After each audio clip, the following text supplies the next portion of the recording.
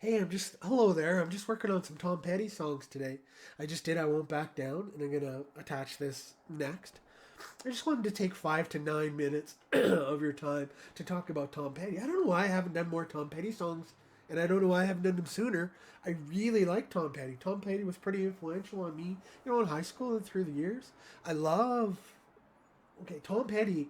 Tom Petty passed away not that long ago from. I think the story is a broken hip. He was on tour and he broke his hip, and he was just trying to tough it out for a couple more shows before he could get it worked on. Like, who does that? And I think he just loaded up on pain pills to get through his day. And I think he officially died from a heart attack suddenly, like during a tour. Um, I think his estate is in shambles. I think his ex-wife and his daughter can't agree on what to do. I think there's been a few releases, but not much. But his estate is completely upside down. There's a guy who I think he had in the 2000s a divorce, and then maybe his house burned down, and that was like a real low for him, and he kind of toughed through that and was kind of having a bit of a resurgence. The song I'm doing is "I Won't Back Down," and it's from a record called Full Moon Fever. Full Moon Fever come out in 1987, so I'd have been in grade 10, and I had it on cassette, and I also had it on CD, and I remember it's one of the early CDs because it was funny that his CD after the song that's the end of side A, he has the little verbiage, and I should play it. I probably got it somewhere where he says, "Hello, CD listeners. You've reached the point where in the cassette or the LP, you'd turn the side to side B. You don't have to do that. Just do nothing and keep listening." And I remember thinking that's sort of cool because CDs were pretty brand new in 1987, right? Uh, Full Moon Fever is a great record. I will listen to the last road trip. My family and I went to Edmonton. I put on Full Moon Fever, and I'll just about listen to every track. I can rattle through the track listings for you if I can find it. But there's some really classic Tom Petty songs there from when I was young. Interesting thing about the record is it's right during Tom Petty had a deep relationship with Jeff Lynne, Roy Orbison, and George Harrison. And that's right in the Traveling Wilburys years.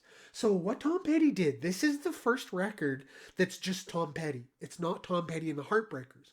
All the other records before it were Tom Petty and the Heartbreakers. If you think to Damn the Torpedoes and classic Won't Have to Live Like a Refugee, that's Tom Petty and the Heartbreakers. This record was was Tom Petty.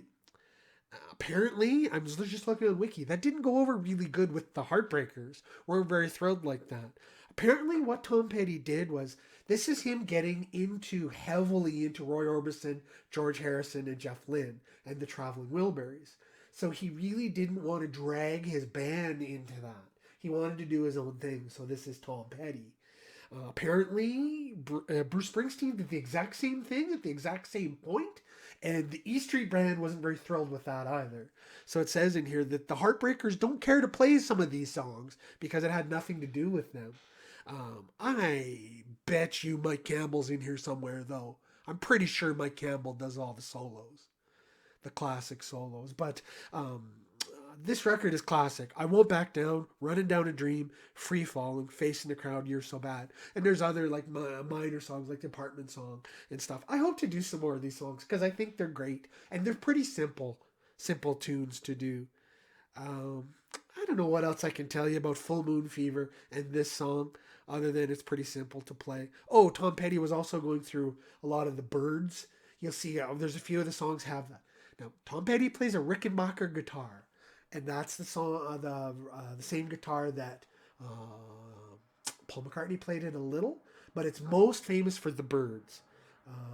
What's the guy's name that was in the Byrds? I can't think of him right now. I bet you it'll come up. But anyways, the Byrds, they have that jangly kind of surfing guitar, and in some ways, this guitar can kind of sound like that. But again, I find it's pretty loud and it's hard for me to mic with my voice. I have to yell. So I'm using my acoustic guitar here. It's just a lot better. Um, a bit of talk about the Bo Diddley style. A lot of these songs do have a Bo Diddley rhythm. It's kind of a throwback to the 60s folk music. And you can really hear that in this record. But it's got Running Down a Dream on it, and Free Fallin', and I Won't Back Down, and some pretty hugely classic Tom Petty songs. Says it did pretty good. It went to number 3 on the Billboard charts. And like I say, had 5 singles on there. Again, they're talking it rivals Damn the Torpedoes, which was I think the Tom Petty and Heartbreakers' second record that has also pretty classics. But again, the Traveling Wilburys were coming out at just about the same time, and he's really using that lush sound that the Traveling Wilburys used, and it's really a throwback. Track listing: Free Falling, Won't Back Down, Love Is a Long Road, A Face in the Crowd, Running Down a Dream, Side B, Feel a Whole Lot Better. Feel a Whole Lot Better has really got a Byrds jangle to it. You're So Bad, Depending on You, the Apartment Song, All Right for Now, Mine with a Heart of Its Own, and Zombie Zoo. And the Hello CD listeners, because he draw Hello CD listeners. You've come to the point in this album where those listening on cassette or record will have to stand up or sit down and turn over the record or tape. In fairness to those listeners, we'll now take a few seconds before we begin side 2. There's a pause. He says, thank you, here's side 2. And that's just kind of like breaking the fourth wall, right? Talking to your listener and talking about the media that it's played on. And I've never heard of anything like that before. So, yeah, it was cool. And I remember being in grade 10, and I remember listening to them, wearing this tape out, just listening to it over and over and over and over and over again.